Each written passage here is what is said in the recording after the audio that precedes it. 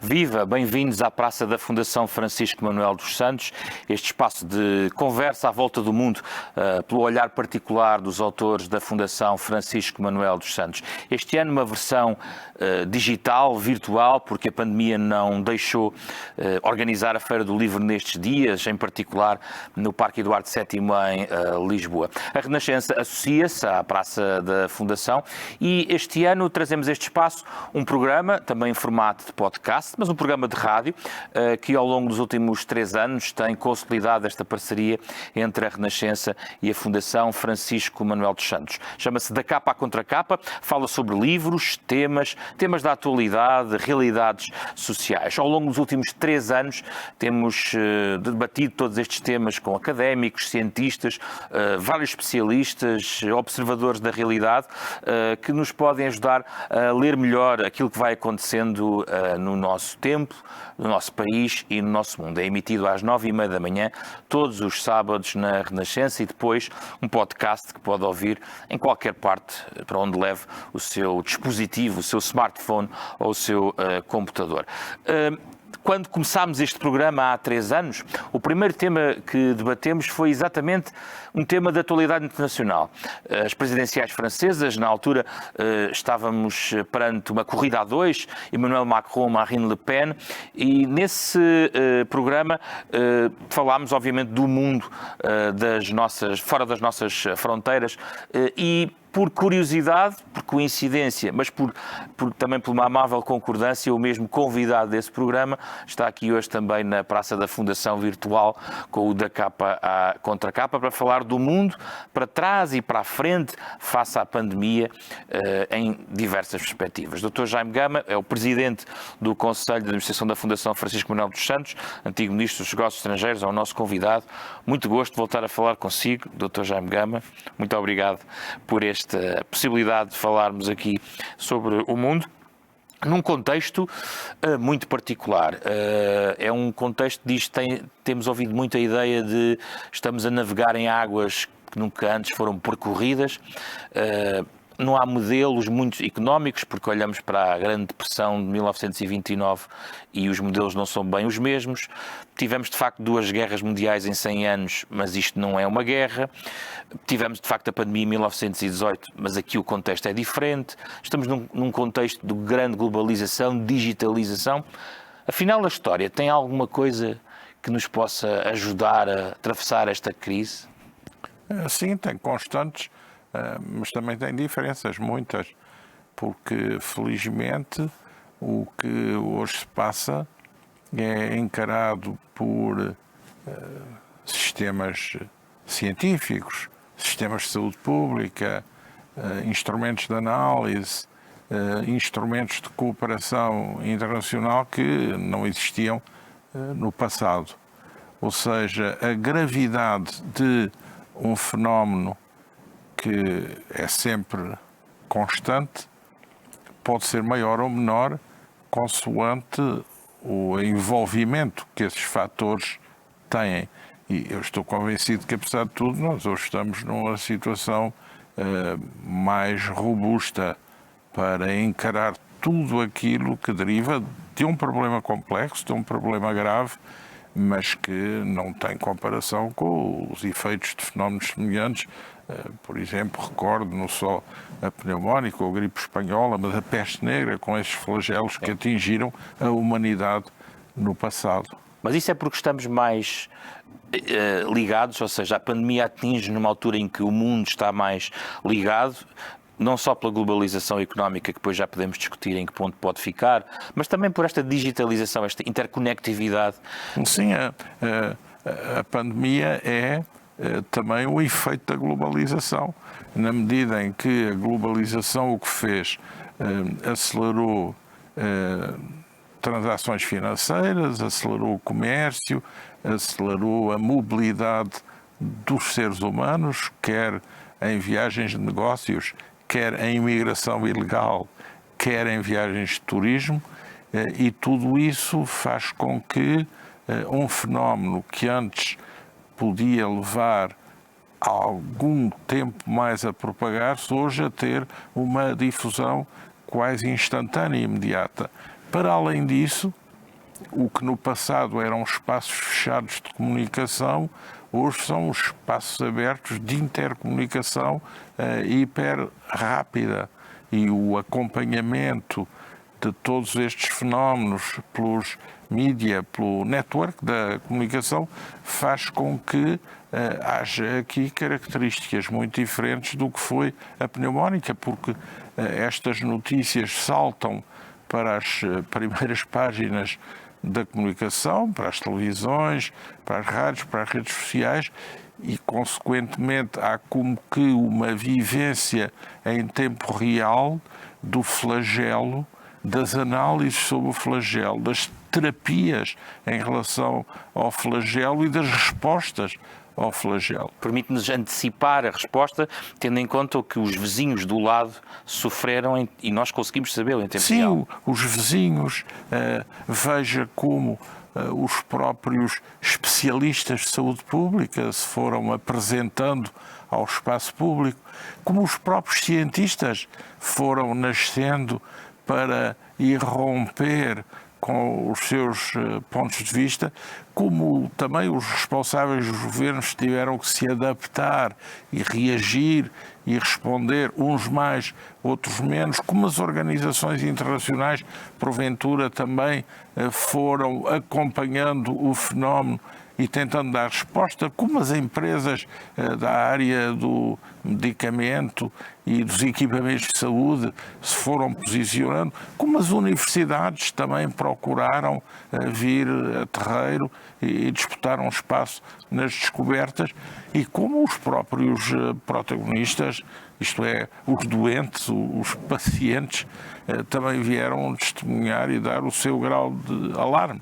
Ou seja, pela primeira vez há no mundo uma pandemia, e já não comparo com a espanhola, mas comparo com os anteriores, SARS e com a gripe asiática, a gripe de Hong Kong e com o próprio HIV-Sida, que não tem comparação pela intensidade da comunicação que é capaz de gerar. Esse é um fenómeno novo. Nunca tínhamos assistido a uma pandemia que ao mesmo tempo é potenciada pela sua comunicação exponencial em tempo real.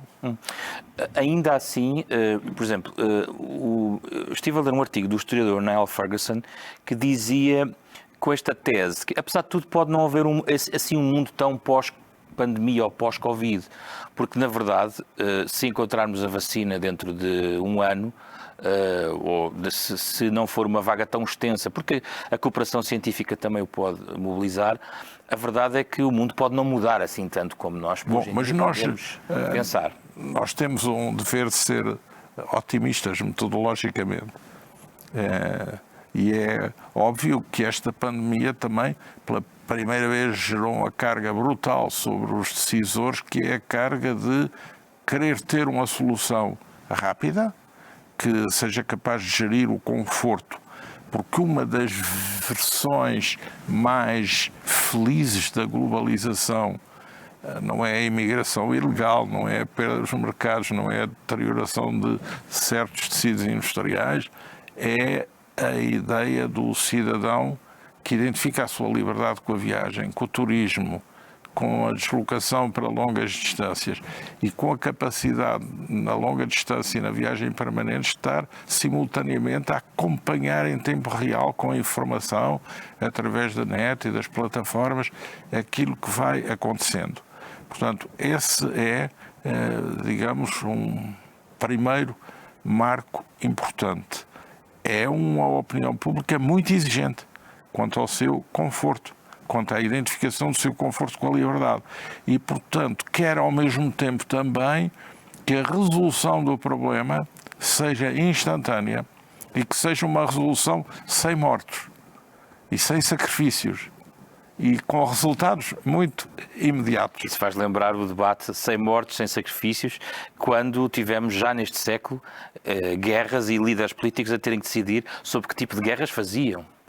Sim, neste caso eu acho que os sistemas políticos não estavam bem preparados.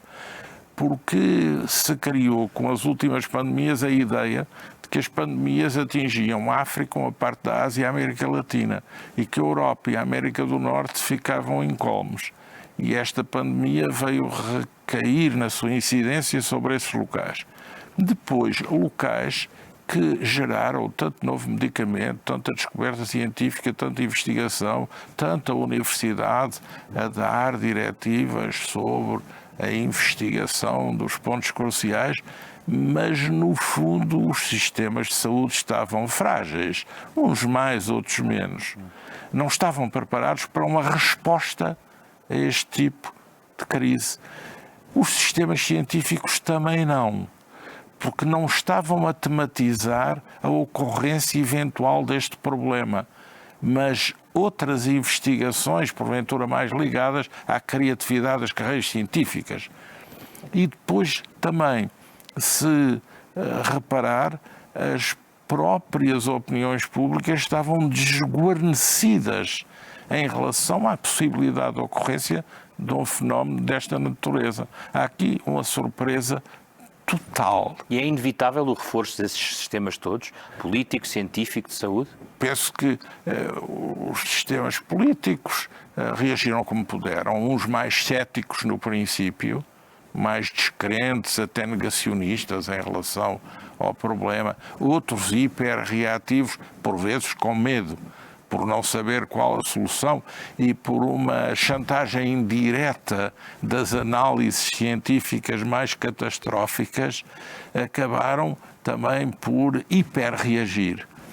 E depois, do ponto de vista dos laboratórios, do ponto de vista dos sistemas de saúde e da investigação científica, também uma surpresa, porque não tinham a capacidade para dar uma resposta e proliferaram as mensagens, muitas delas super contraditórias, entre uns que diziam isto e outros que diziam o seu oposto. Foram obrigados a trabalhar em conjunto. Será que isso é uma experiência única e repetível?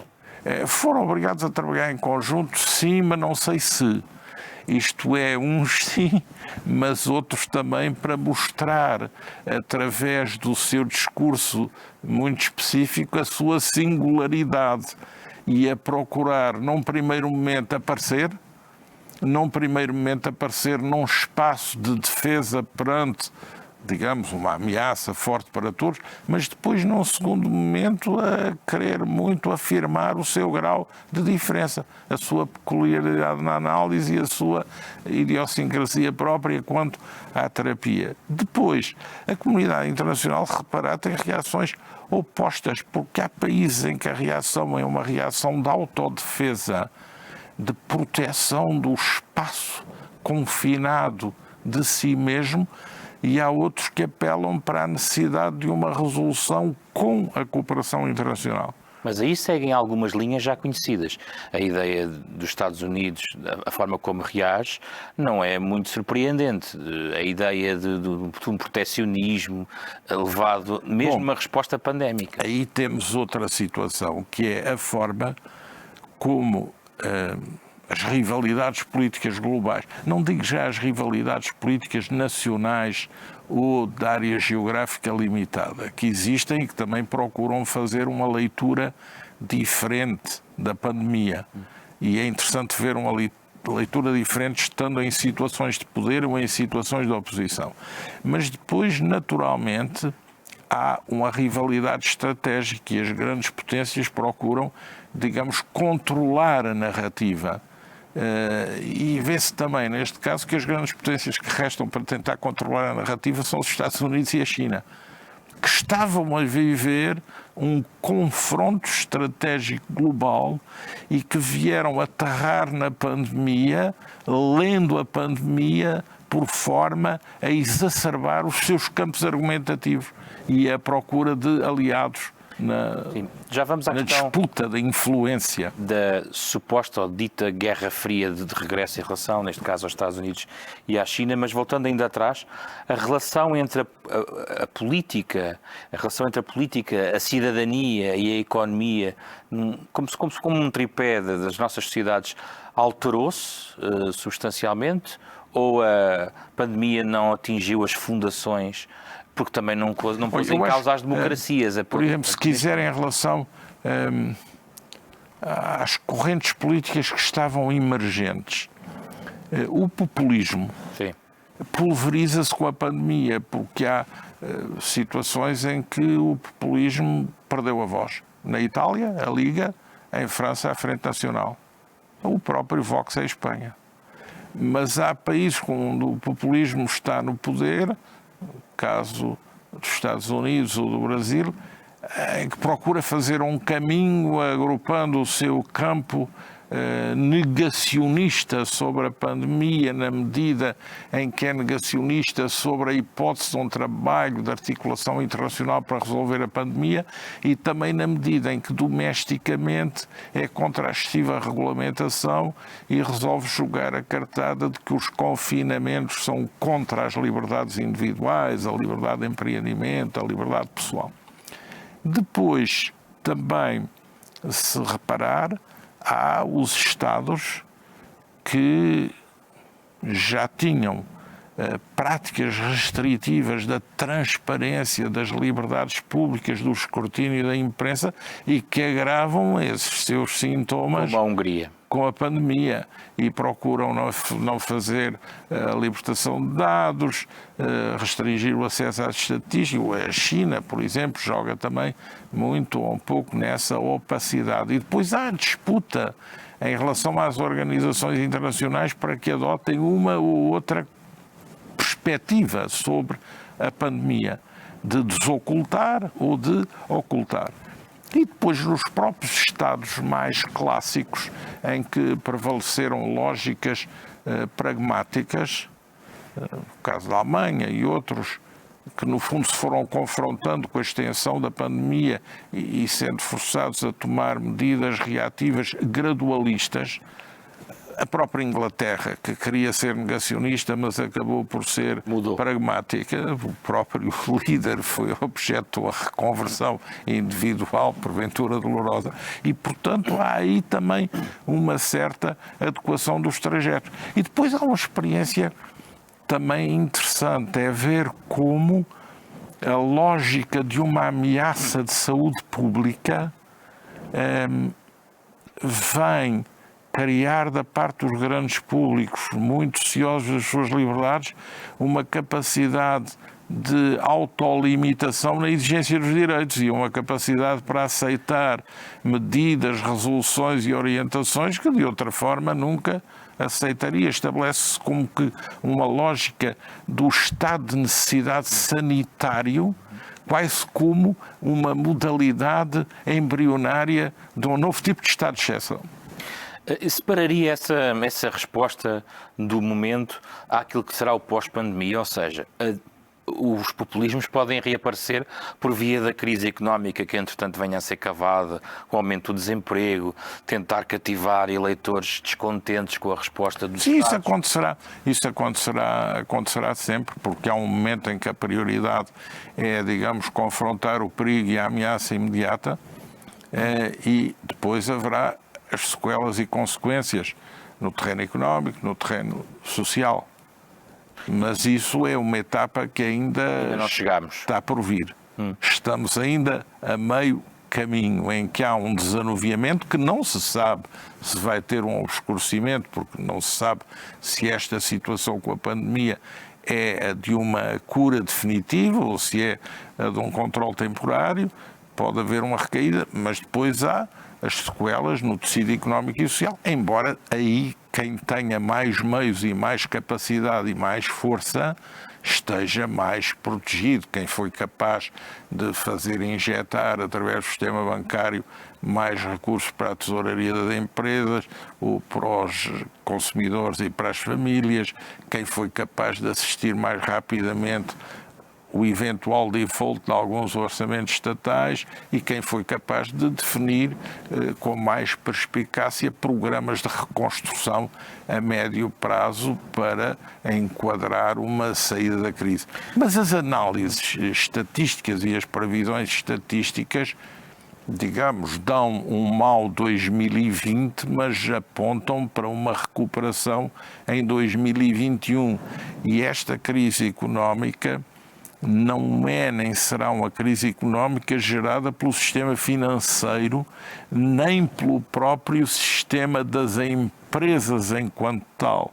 É uma crise que tem origem configurada num caso de saúde pública, com grande dimensão, com consequências muito grandes no comércio internacional, em todas as áreas da economia que estão dependentes da mobilidade e circulação, turismo, restauração adicionada e também a exportação, mas, digamos, o resto dos sectores estava mais bem preparado do que para a crise de 2008, Mas porque pressiona os Estados estavam com menos endividamento, a banca estava mais consolidada, as empresas estavam mais atentas às necessidades de observar o mercado com mais perspicácia. É uma situação, apesar de tudo, bastante diferente. E por isso vão estar mais pressionados para a resposta. Agora, os Estados, a banca, já que a crise não vem daí, e aparentemente estarão mais pressionados para uma boa resposta agora, sobretudo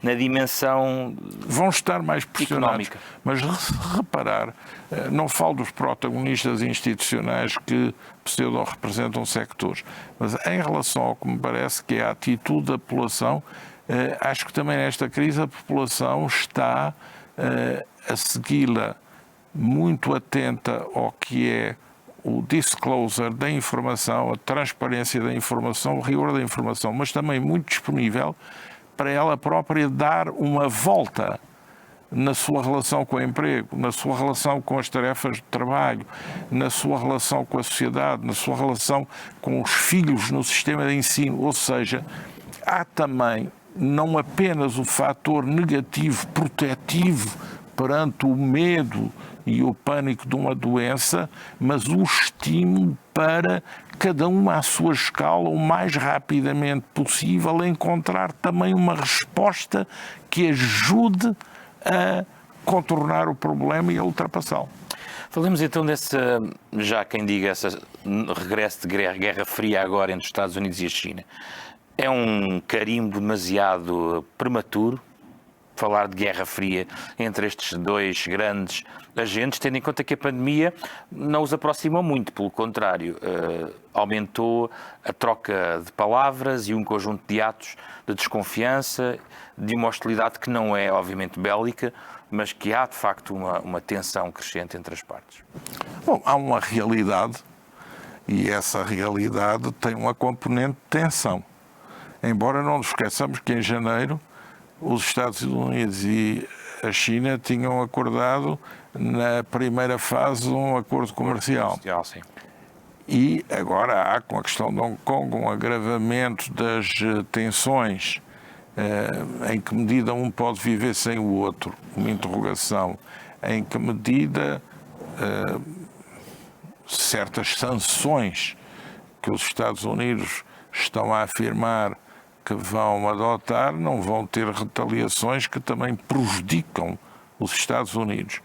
E em que medida, sobre tudo isso, da parte dos Estados Unidos não articula com a campanha eleitoral e a reeleição nos Estados Unidos e, portanto, uma prudência do próprio presidente atual dos Estados Unidos em relação ao que podem ser restrições chinesas a importações dos Estados Unidos de áreas politicamente essenciais do seu eleitorado. A intervenção chinesa no processo eleitoral americano por outra via. Mas olha que isso é uma coisa que já estava patente quando foi a renegociação da primeira fase do acordo, porque a exportação de soja dos Estados Unidos para a China é um fator essencial que pondera no balanceamento político da eleição presidencial.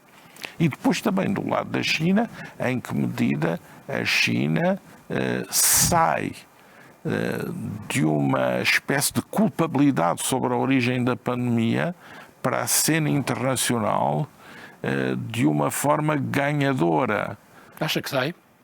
Se a China descobre a vacina contra o vírus, sai com um grande prestígio.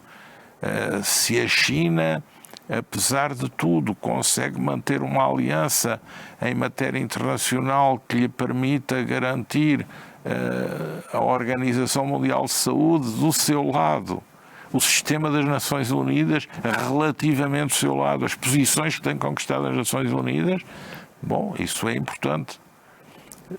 Na medida em que a China, por exemplo, mitigar ou conseguir mitigar o criticismo sobre aquilo que está a fazer em relação a Hong Kong da parte de um conjunto de países, isso é algo importante. E na medida, sobretudo, em que a China e a atual liderança chinesa do presidente Xi Jinping conseguir manter no plano interno chinês a convicção à opinião pública de que Xi Jinping é alguém que na China está ao nível de Mao Tse-tung e de Deng Xiaoping, o que ainda não está completamente provado. E a pandemia ajuda ou não ajuda? A pandemia ajuda até certo ponto, porque a resposta à pandemia do ponto de vista interno é uma resposta firme e é uma resposta com resultados. Se a China sai das estatísticas globais tendo o número de vítimas de coronavírus que tem, em comparação com outros países com muito menos população, é um triunfador. Se a China é capaz de dar o passo em frente, que é o descobrir a vacina, e imagine, projetá-la gratuitamente através da Organização Mundial de Saúde para todo o mundo, isso é uma posição muito, muito firme. Agora, a China tem também as suas tentações. A tentação momentânea da China em relação a Hong Kong é de apertar.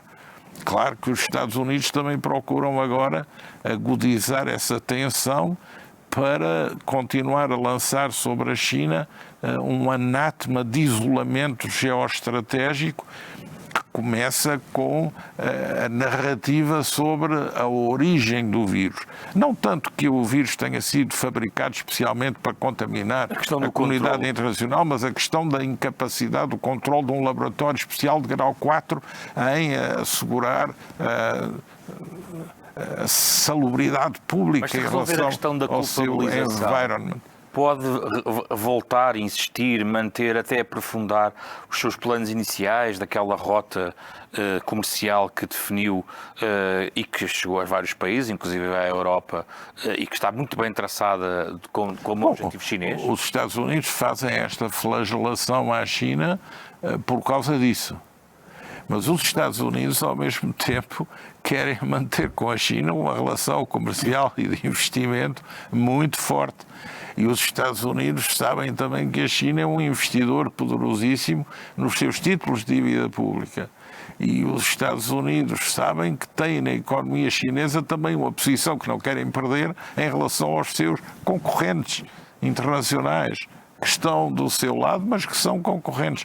Portanto, há aí um balanceamento que é também da parte dos Estados Unidos uma indefinição estratégica. Mas que devemos ler à luz. É certo que os Estados Unidos procuram, sobretudo, neste momento, porventura, fazer uma clivagem entre a China e o resto da Ásia e consolidar uma liderança no resto da Ásia que obscureça a capacidade de irradiação da China. Mas o resto da Ásia tem relações fortíssimas com a China.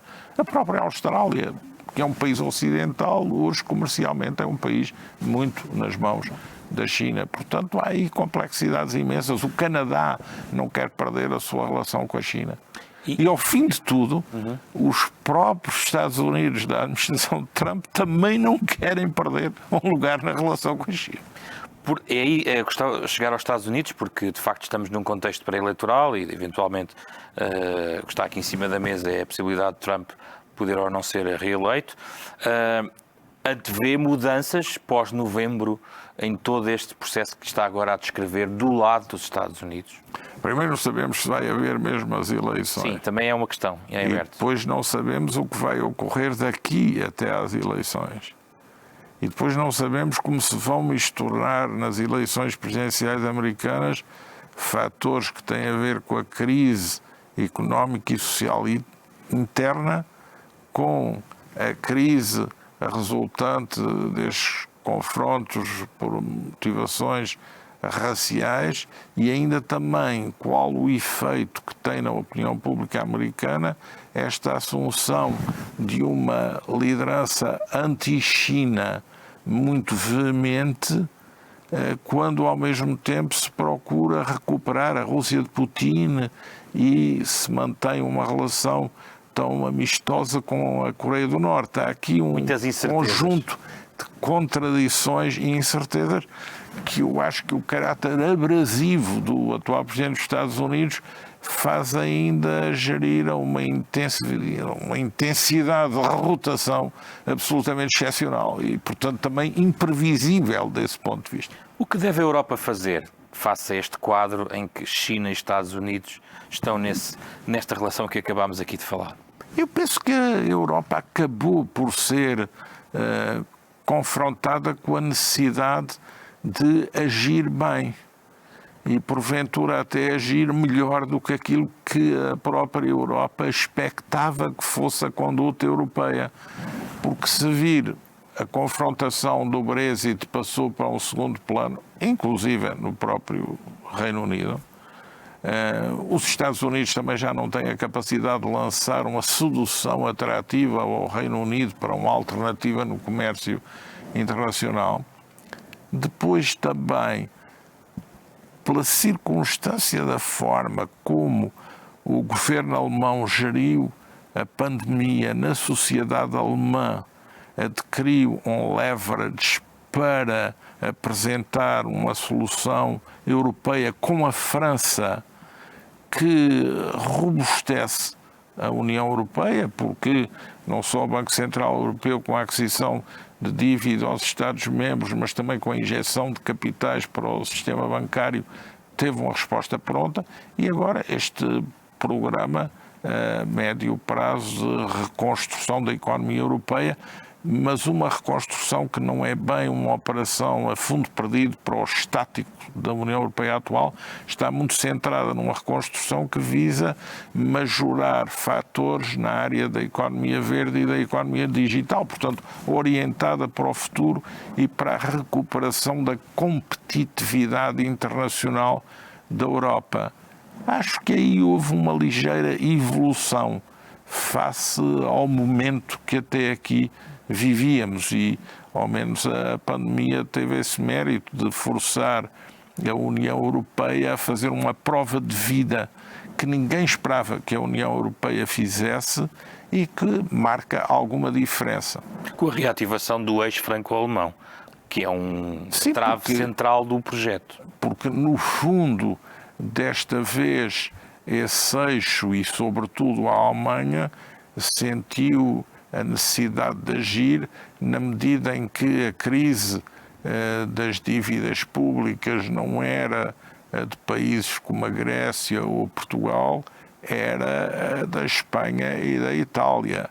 E isso poderia implicar o fim do mercado único e podia implicar o fim do euro e da própria ideia de União Europeia. Portanto, houve aí um estado de necessidade que levou a libertar certos governos para a adoção de medidas em relação às quais até aí sentiam uma paralisação. E a credibilidade da senhora Merkel, rejuvenescida com o sucesso da gestão do problema pandemia na Alemanha, também lhe deu um caminho para orientar as coisas nesse sentido. Mas, de calhar, debater o pós-pandemia na Europa acaba por ser debater também o pós-Merkel na Alemanha, tendo em conta o que a Alemanha tem. Sim, mas tudo terá um pós. Tudo terá um momento diferente, tudo terá um momento sequente. Na Alemanha tem sido difícil encontrar essa sucessão de Merkel. Sim, mas é sempre difícil lidar com o futuro. E, sobretudo, é muito mais fácil lidar com o passado, porque não temos, em relação ao passado, nenhuma responsabilidade. Mas esse é um desafio que está colocado a todas as sociedades, em todas as épocas. E eu também tenho a convicção de que não deixará de ser encontrada uma resposta, porque o grau de pressão que se exerce sobre as gerações atuais. Esta pandemia é o primeiro exemplo de uma ameaça grande, poderosa, mas que não é a única. Veja o que seria uma deflagração de um conflito nuclear, veja o que seriam os efeitos agravados das alterações climáticas, veja o que seria uma grave alteração do campo gravitacional do cosmos, veja o que seria uma movimentação irrestrita de populações à escala planetária. Vejam o que sejam as hipóteses de outras catástrofes cósmicas, sismos, tsunamis, grandes e prolongadas secas, a destruição de recursos como a água potável ou as florestas. Há um conjunto de problemas que hoje impende sobre a humanidade que também leva a olhar os assuntos com outro grau de responsabilidade e com outro sentido de necessidade de ajustamento a soluções efetivas. E acho que as ideologias também, neste caso, deram um pouco lugar à emergência de raciocínios mais centrados na ciência, na análise rigorosa, nos factos, nas soluções viáveis.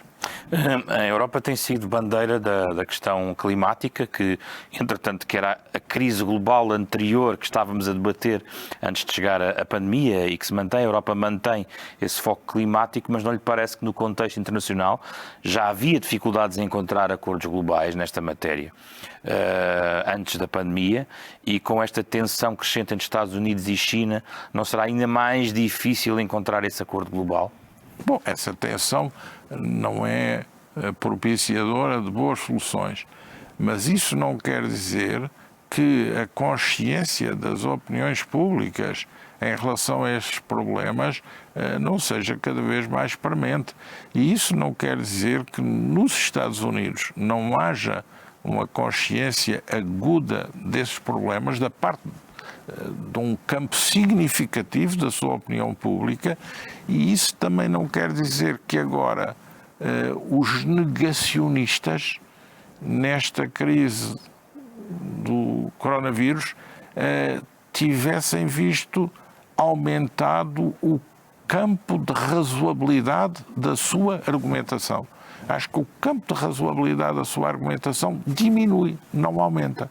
E há um criticismo que não é apenas o criticismo dos que já classicamente eram contra os negacionistas, mas é um criticismo que resulta do teste empírico de como fracassaram em relação à análise do problema do vírus.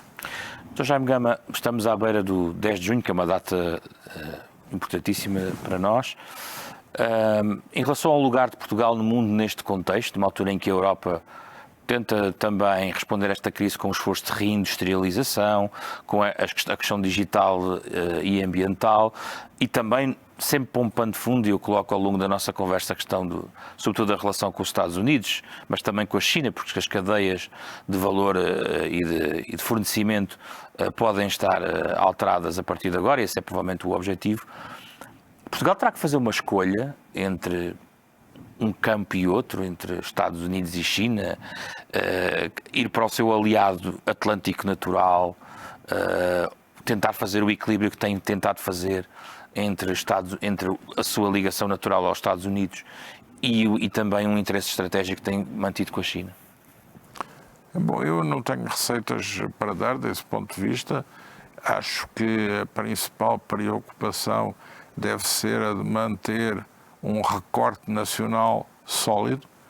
Um recorte nacional sólido passa muitas vezes não por ter clamorosos triunfos, mas por não ter evidentes derrotas, ou por não se prestar nas situações a fazer má figura.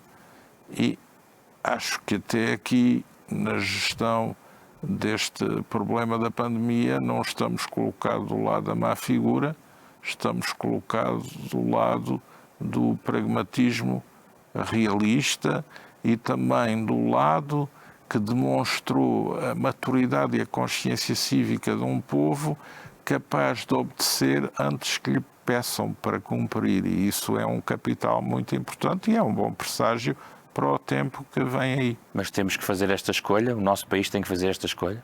O nosso país faz parte da União Europeia e a União Europeia não olha para essa escolha como uma escolha dilemática. Teremos que ser norte-americanos ou teremos que ser chineses. Olha para esse problema dizendo que temos que reforçar o nosso espaço e a nossa influência enquanto europeus.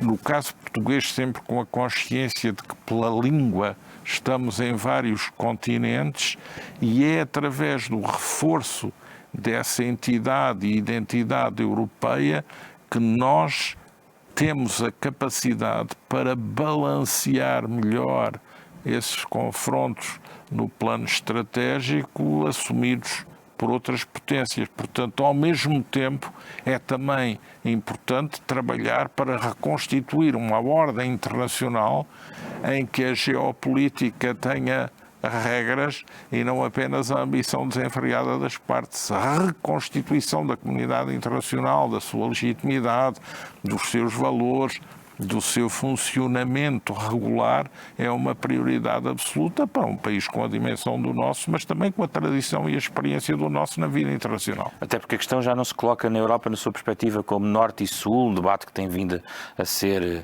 feito ao longo dos últimos anos aqui. Isso é um clichê. É isso. Que eu gostaria também de ver abolido, porque há muito Sul no Norte e muito Norte no Sul, e arrumar com simplificação essas geolocalizações pode ser uma forma de não ver nem entender nada do que se passa.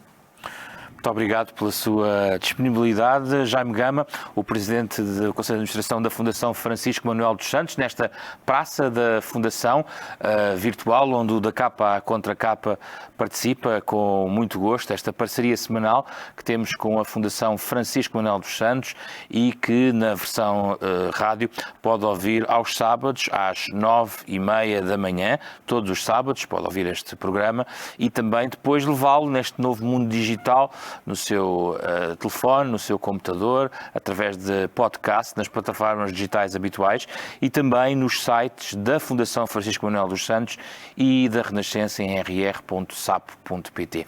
Praça da Fundação vai continuar com outros debates neste ciclo virtual, onde os livros dão sempre lugar a pensamentos.